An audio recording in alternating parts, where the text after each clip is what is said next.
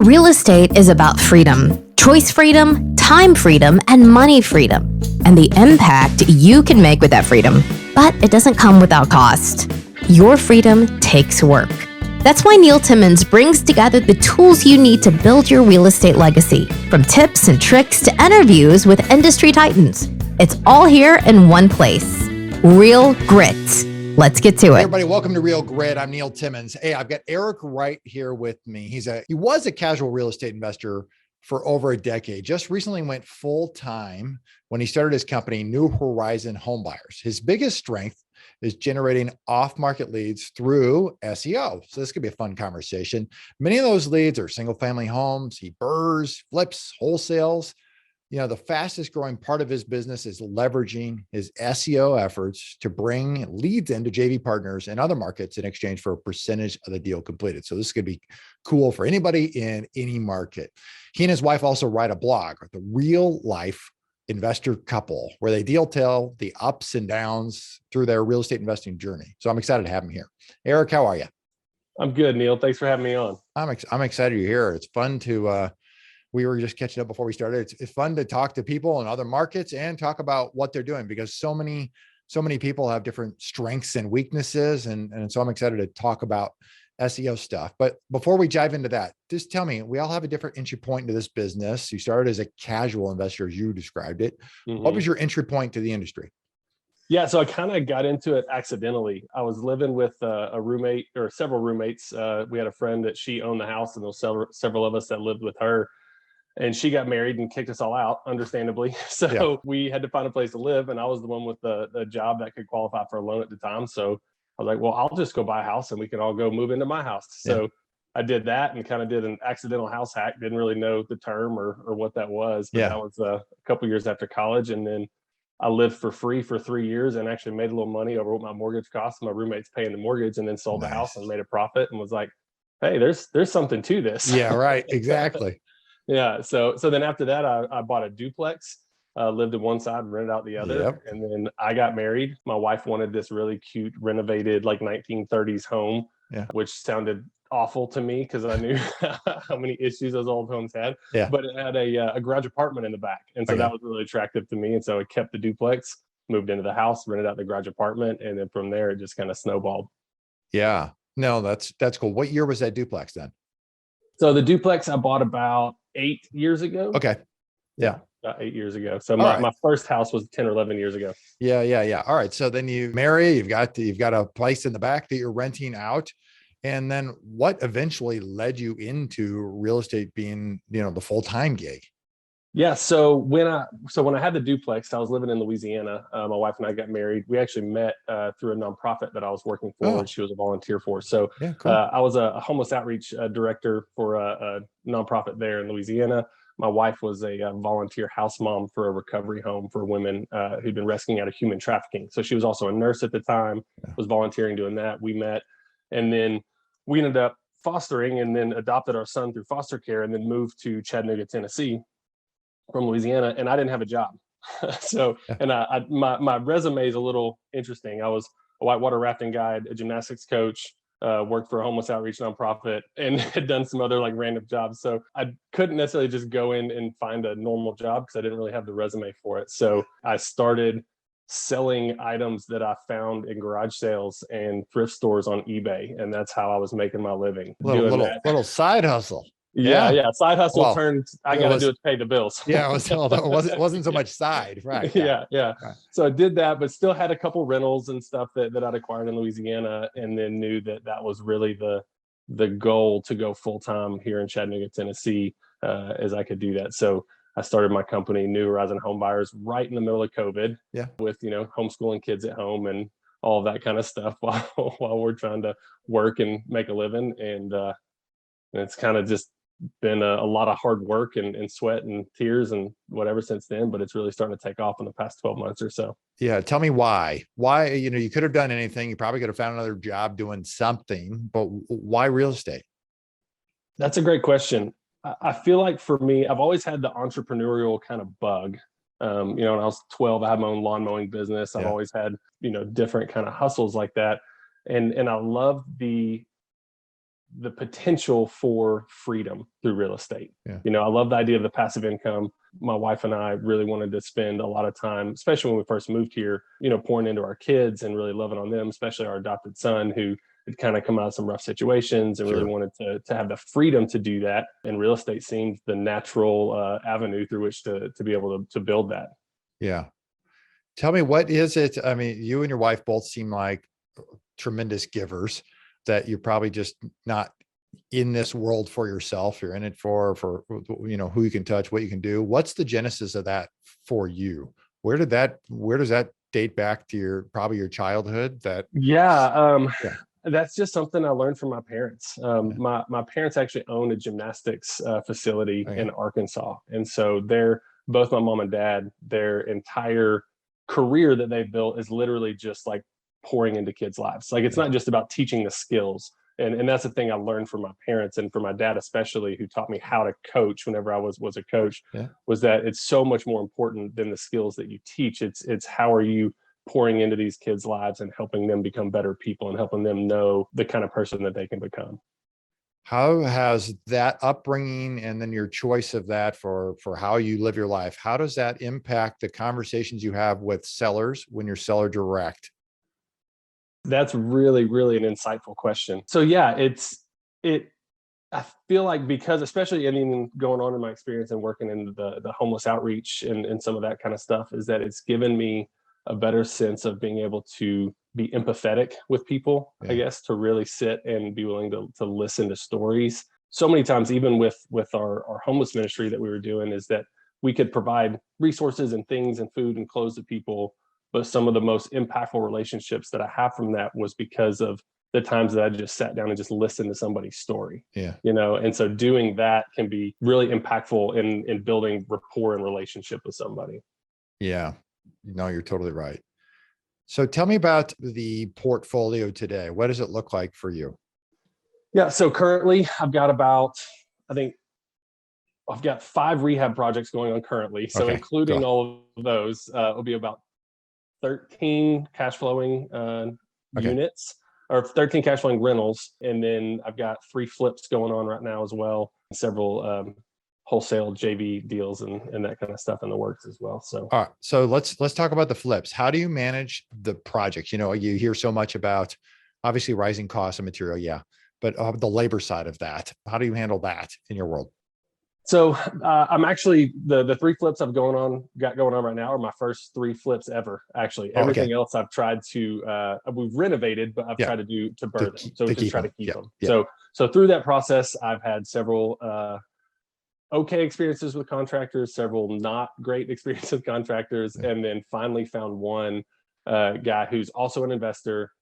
His wife is a property manager, and he's a contractor, and so he understands the entirety of the business really well. And he's just a great, honest guy who communicates really well. And I will protect that relationship with that contractor with my life. And because I don't have a construction background, you take me into a house and I can kind of look at it and go, you know, I'll see like the main things and miss a ton of other stuff. It's just not my strong suit. And so my contractor is really the key to my flips, because I can almost just turn him loose and say, hey, do your thing. Right. And he'll do everything. Yeah. It gets a lot easier once you get that standard to a mutual understanding of what you want the thing to look like, and then how he communicates, how he works. Right. Absolutely. And one of the things that I've done to try to really foster that relationship is that I'll actually, one of those 3 flips, I'm actually partnering on 50-50 with him. So that way, you know, just trying to build that relationship more and more so that he makes more money when we partner on some stuff. And that means my other projects are higher on his priority list as well, since we're partners on some other stuff.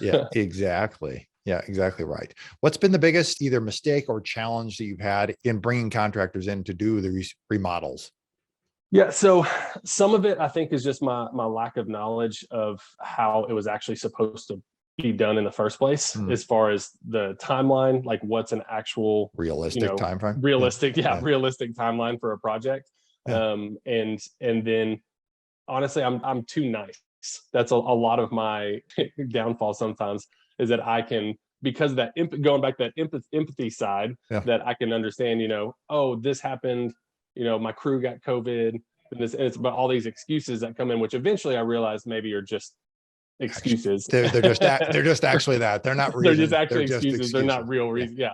Right. And so that's one of the things I'm working on, is how to be more assertive in my dealings with contractors. Then again, if you find a really good one like I have, I don't necessarily have to do that as much because we communicate really well. Correct. Yeah.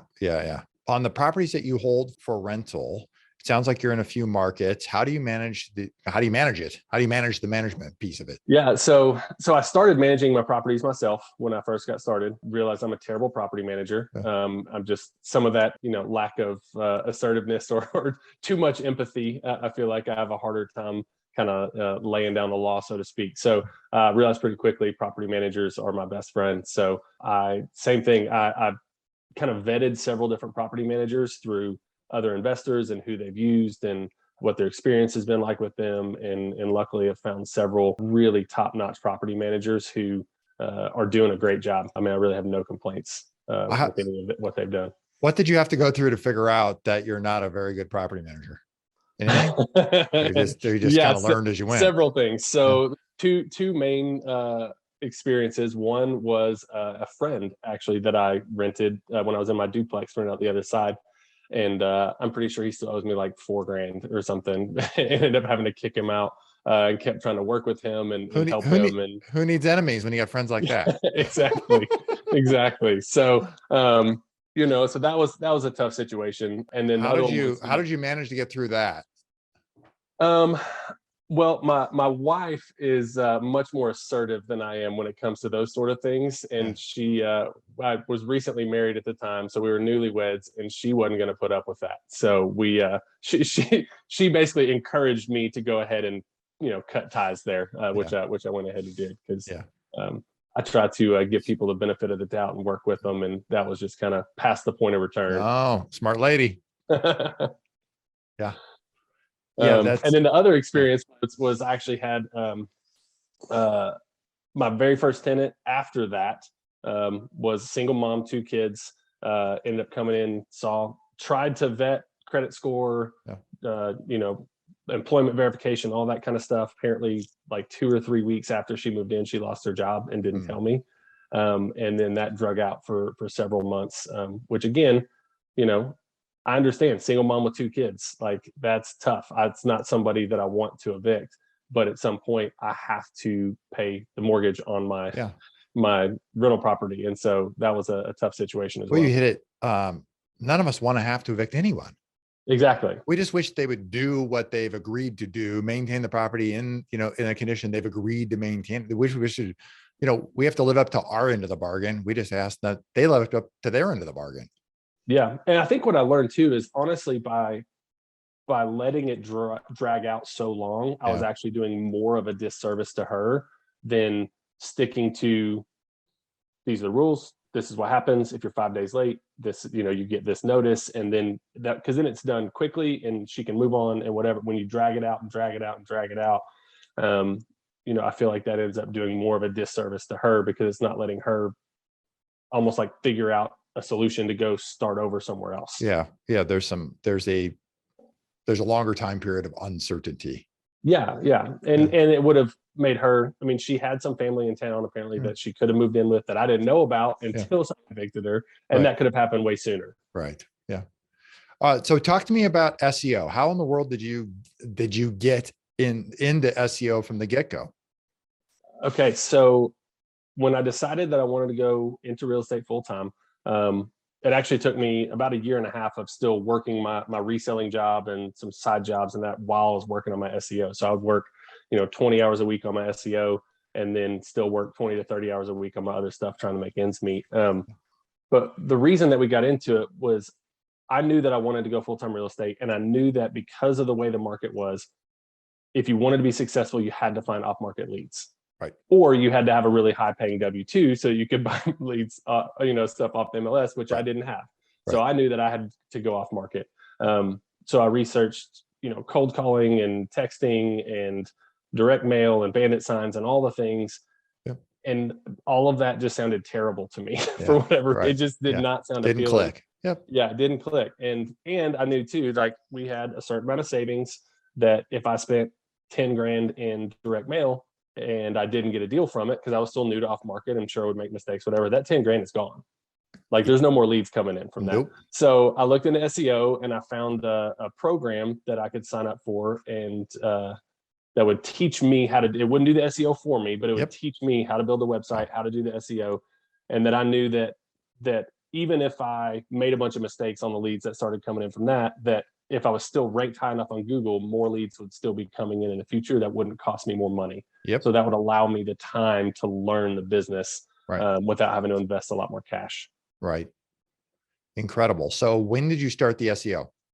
So right after COVID hit. So what was that, like March, February, March, somewhere around there. So so the summer of 2020 is when I started working on it. I spent about 8 months working 20 hours a week just on my SEO and not making a dime, only spending money and working hours. Only spending here, hold on. I'm going to go one step further. You're saying leads didn't come in. No, leads don't come in. That's the thing about SEO. It is the long game. It is the long game. So it took me probably about 6 months before I even got my first lead. And I think I did 1 or 2 deals that first year. One I made like $3,000 on as a wholesale deal. And one was a property that I ended up taking down as a rental and was able to actually still have that property today. So, but the equity that I made in that one property was double what I paid for the SEO program. So that alone to me was worth it. And then once I did that, I was like, okay, now I'm playing with house money, so to speak. You know, like everything on top from here on out's gravy. Probably give you a jolt of confidence to go, hey, it actually works. Absolutely. Because there were many, many times during that 8 months of me struggling to build my SEO that I was terrified that I'd made the wrong decision. Talk to me about that, because I don't know many of folks who could go 8 months doing anything for 20 hours a week and not seeing a result and continue to go. What was inside of you that just said, this is the path I'm going to continue? Yeah, it was miserable. I believe it. It was miserable. And I was working by that time. I'd actually graduated up to buying pallets of Amazon returns to sell on eBay. So my garage and my 600 square foot bonus room upstairs in my house were completely full of junk. You know, I was testing items and cleaning them and trying to list them on eBay and doing all this stuff. And it paid the bills and I was glad that I had it, but I hated it.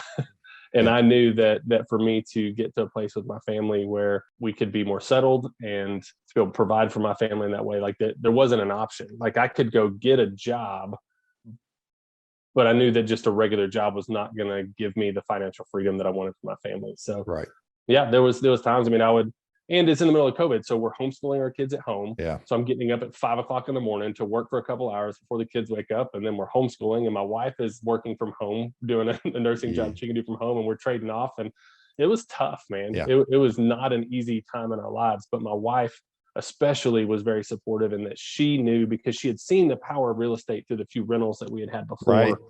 And she could see the potential that it had. That was a big conversation when we first invested in the SEO program as well, because what we paid for the program was about 80% of our savings at that point in time.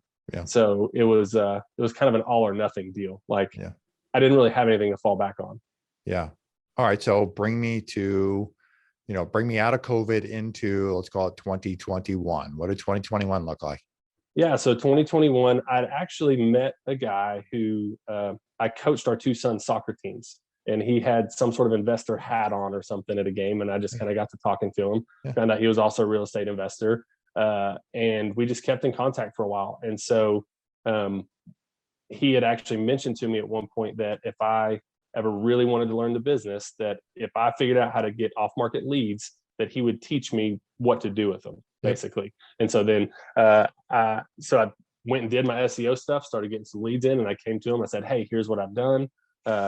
Would you still be willing to do that? And so I did my first 5 deals with him, kind of as my mentor, where he would give me a cut of the deal, but he basically held my hand and walked me through everything. Whole thing. How to talk to off-market sellers. I mean, it's funny. I built this entire SEO website of we buy houses for cash and all this stuff. And I didn't even know what an off-market contract looked like. Like I'd never seen one. Like I never bought a house off-market ever. So I was very new, but I knew that the one thing that every investor was looking for was leads. That's right. Right, was deals. And that if I could be the guy with the leads and the deals, I could find people to teach me the rest of it. Yep. And so that's kind of what I did. I spent 2021 basically working with him, did a few deals on my own as well. And 2022's kind of taken off with a bang. Yeah. Rocking and rolling. So what's 2022? If you look from here, we're in April as we record this, to the rest of the year, what's it look like for you? Where are you headed this year? Yeah, so my goal was, so last year I did 14 total deals, some wholesale JV flip, or not really flips, but did some BRRRRs. And then this year, I think we've already completed or have under contract 12 deals so far this year. Wow. So we're hoping to double what we did last year. And some of that too is actually, so we've expanded now that like if you search on Google, basically any sort of motivated seller keyword for Chattanooga, Yep. you know, how do I sell my house fast? We buy houses, whatever, all that stuff. My website now ranks #1 for everything and every keyword in Chattanooga. So those leads are coming in, but Chattanooga is still a fairly small market. Sure. So it's not like I'm getting 20 leads a week or anything. Right. So I decided to take all this effort, you know, these 1,000 hours that I'd put into learning SEO and expanded it to some other markets. So now I'm in Nashville and Huntsville, Alabama, and trying to expand it to like Atlanta and Kansas City and several other bigger markets. And at first I was trying to figure out how to virtual wholesale those deals myself. Sure. And then realized I don't know what I'm doing. I don't know these markets. I don't know these places. I don't want to be the sketchy wholesaler that just puts something under contract and then doesn't know what they're doing and scrambles to try to find a buyer. Scrambles trying to find a buyer, doesn't have a buyer, has to back out. I wasn't going to do that. So what I ended up doing was reaching out to some people that I knew and trusted and asking for recommendations of wholesalers in each of those markets that they knew and trusted, who operated with integrity and, you know, were good at what they did and did a decent amount of volume, and then reached out to those people. And so I've now partnered with 4 or 5 different JV partners in different markets where all the leads from my website now get emailed directly to them, going to their CRM, their acquisition managers. And then we do kind of a percentage split where they keep the majority of the profit since they do all the work, but then they send me a cut as well from whatever they make off of those wholesale deals. Is that a piece of your business that you're expanding? Are you looking for new folks? Not at the moment because SEO takes such a long time to grow. I'm a little bit underwater trying to get my new 12 markets I'm trying to go all ranking. And hopefully 6 or 8 months, once I've got all those markets ranking where those are actually bringing in leads, then I'll be looking to expand to new markets at that point. Dude, that's pretty exciting. And it's quite a journey for what you've been on. And 2 years later, it's night and day compared to where you started. It very much is. It very much is. Yeah. It's, you know, we got to take a vacation to the beach this past week with my kids and have a good time. And it was nice to know that like, we're now in a place where we can do, you know, not that we were destitute by any means, but like money was very tight. And now we're getting to a place where money's usually only tight when my rehab draws or my refinances don't come through in time to pay my contractors. They don't line up quite right. Yeah, exactly. The ultimate ebbs and flows. Yeah, exactly. Well, it goes past, is it fair to say it goes past dollars and cents compared to how you feel today versus 2 years ago? You weren't destitute then, you're not destitute now, but mentally and emotionally, you're on a completely different path. You feel like you're on the right track now versus back then you were just, you know, trying to figure it out, trying to survive, if you will. I mean, mentally, in terms of where am I headed as a career, as a person, kind of. Yeah, absolutely. But you know, 2 years ago it was, oh man, I really hope this works. And now I know it works. I've just got to continue moving forward and growing. Right. You know, it's not so much the guess of if it doesn't work, what am I going to do? What am I going to do? Right. Yeah, exactly. What habit can you not, what habit could you never live without? Oh man. I don't know if this is a habit so much of a mindset, but one of the things that I've tried to do, and I feel like has helped me in my business, is just constantly being in an attitude of thankfulness and gratefulness. And what I mean is not just in a general sense, but like specifically with the people that I'm working with every day. I feel like so often investors kind of get a stigma sometimes of like, we're about the deal, about the money, about the profit, about the spreadsheets, and, you know, nothing's going to stand in our way and that sort of thing. And I felt like much of my success has actually come more from helping those people that I'm working with and that I'm around that are involved in my business feel appreciated and valued, if that makes sense. So like one of the things that I always do is 2 weeks ago, had crazy issues with a refinance. My title company I work with bent over backwards trying to help me, did an amazing job. And I bought all the ladies at the title company lunch the next day at a new restaurant that had opened up near them just to say thank you. Yep. You know, and they were just blown away. They were like, oh man, it feels so good to feel like what we do is valued and appreciated. You know, like that was something that doesn't happen very often. Oh, I believe that. Yes. Because usually people only, you know, they complain when things go wrong. When Correct. things go right, they ignore you, you know. Correct. Exactly. And so that's one of the things that I try to do, is to help people know how much I value them and how important they are to what I'm trying to do. Yeah. Don't quote me on the stat, but it's something like, you know, if somebody has a negative experience versus a positive experience, they'll tell 2 or 3 times as many people about the negative than they will about the positive. Absolutely. And so you're right. It's, especially in the title, it's an unthanked profession. So to know that they're loved and appreciated, I bet it goes a long, long way. For sure. So I try to be very intentional with that. And even small things like gift cards, thank you cards, you know, whatever, make a big impact. Tremendous seeds. Well, let's do this. I want to move on to the final segment, what I call for impact. Your favorite quote: "The greatest risk in life is not taking one." What about that resonates with you so much? Yeah, I feel like I have a fairly high risk tolerance anyways. My personality, like I like to mountain bike and snowboard and whitewater kayak, and had my skydiving license for a while and whatever. You know, so that's you're in it. Yeah, you gotta get that adrenaline. Who I am, for sure. But I also feel like a big part of that is that not taking a risk is a risk. Yes. That like, if you don't take a risk, then the risk is that you stay exactly the same. Right. And so I feel like that to me is, I don't want to do that. I don't want to just stay the same. I want to constantly be pushing and improving and going further in who I am. I'll suggest you may not even stay the same. You may go backwards, because you're either growing or you're dying. Hey, that's smart. I love that. Yeah, no, I think that's a tremendous quote. What do you think holds most investors back from hitting their personal next level, whatever that is?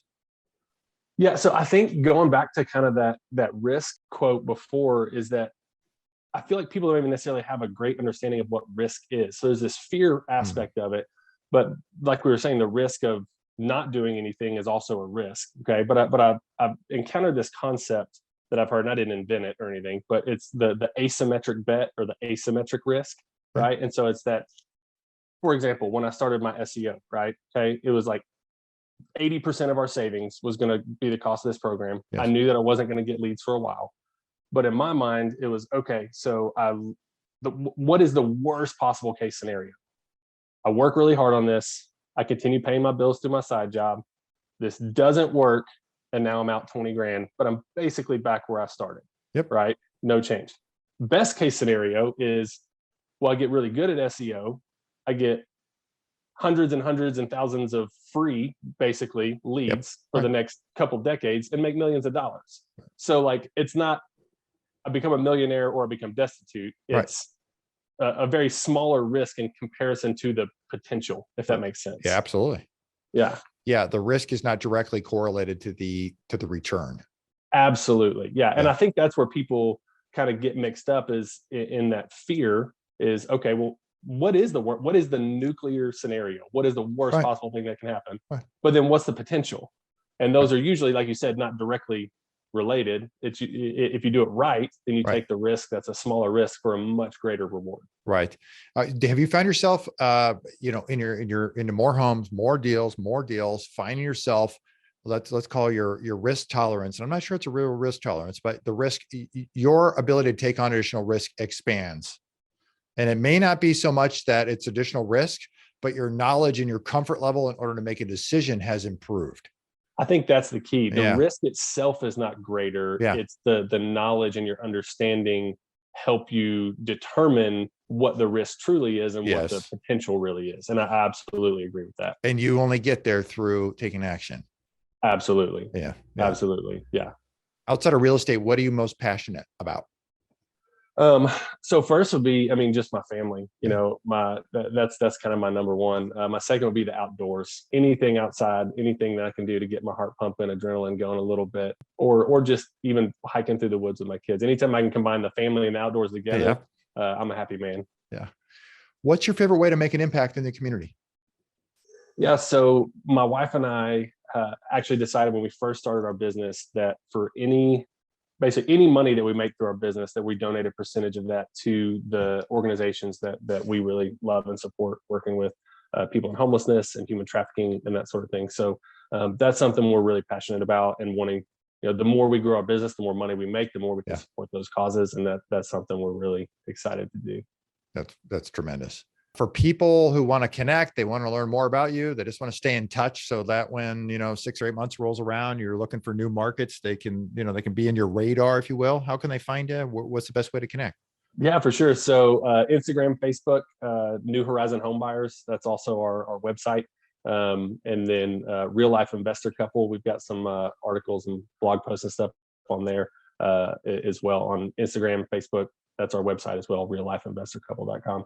My wife even wrote an article recently that said, "Help, I married a real estate investor." So if you've got a partner or somebody who maybe is not the real estate type and wants some advice from the perspective of that other person, the spouse, feel free to check that out. That's a cool one. No, that's a great article. Probably anybody should have their spouse read that, because we are a different breed of folks, are we not? We are.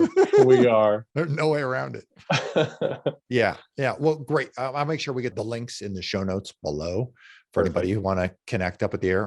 Erik, I really appreciate you taking the time to come on and share your story. It's fun to hear about, how you became an accidental landlord, and then, at a spot where you're like, I need to figure out, I want to make this work, but I'm not really sure what my entry point is. And then ultimately decided an SEO. I think too many people I talk to, especially new folks, they feel like they got to do everything. And if you try to do everything, you don't do anything right or well. And not everything has to involve, it's not necessarily about right or wrong. It's about what's right for you. Mm-hmm. And you took the time to understand, here are all the different ways. And here's the one that's comfortable for me, which I can see myself plugging into. I think that's tremendous. You were diligent enough to give it thought before you just, read a piece and you're like, all right, well, I got to get 400 bandit signs out. And I got to go at 2 a.m. to put them up. Yeah. You actually give some thought to that, and we're very diligent about how to best execute in that. And you're being rewarded today for your efforts. It was great. Well, thanks, Neil. It was a pleasure being on. Yeah. Thanks so much. Hey, for everybody here at Real Grit, I'm Neil Timmins, reminding that real estate requires real grit. I'll see you next time. If you like our content and want more, you can access it at realgritpodcast.com. You hear it guest after guest. Instinctively, you already know it, but let me call it out. The most expensive action is inaction. The real estate market is full of opportunities. You just need to uncover them. You can build a business that lasts for years, makes monumental impact in the lives of those that you love. It's not just about business, but about the freedom you get because of it. Have you ever heard the saying, if you want to go fast, go alone. If you want to go far, go together. I believe that partnering is essential. In fact, I partner with hardworking investors all the time. The point is that you can get a lot further with the right partner. Let me say it again, the right partner. If you've ever thought about partnering with anyone, or if you have a partner now, I encourage you to download my free Partner and Profit Guide, which includes the top 5 must-answer questions to evaluate a profitable partnership. You can find it at www.legacyimpactpartners.com. I'll see you in the next episode.